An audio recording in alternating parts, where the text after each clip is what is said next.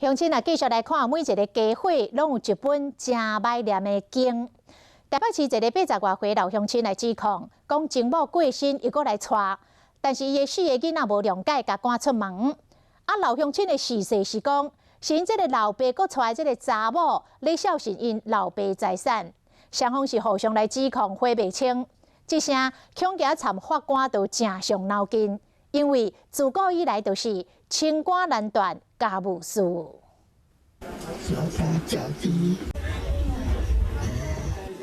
行动无方便的老阿伯倒伫白床顶，真委屈的讲，情某过身了后，家己搁再娶姓李的女子，煞叫4个囡仔无谅解，也搁赶出门。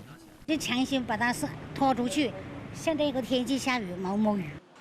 住伫四平上宽这栋厝40栋以上，但是去年破病，身体状况无好。伊控诉讲家己的4名子女对伊无关心，还佫疑似甲伊厝的这3馆用设计的方式，互伊签名了后提走，也佫无爱互伊继续住落去。因此，对4名子女提出强制甲伤害告诉。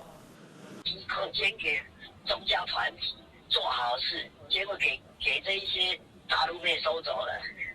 双方个人讲个人的话，互相指控对方。子女认为妈妈过身了后，爸爸搁再娶太太是咧孝顺爸爸的财产，但是爸爸认为讲子女联手设计，到底是虾米人对，谁唔对，是唔是有弃养，或者是伪造文书的问题，一切拢要等到法官的定夺。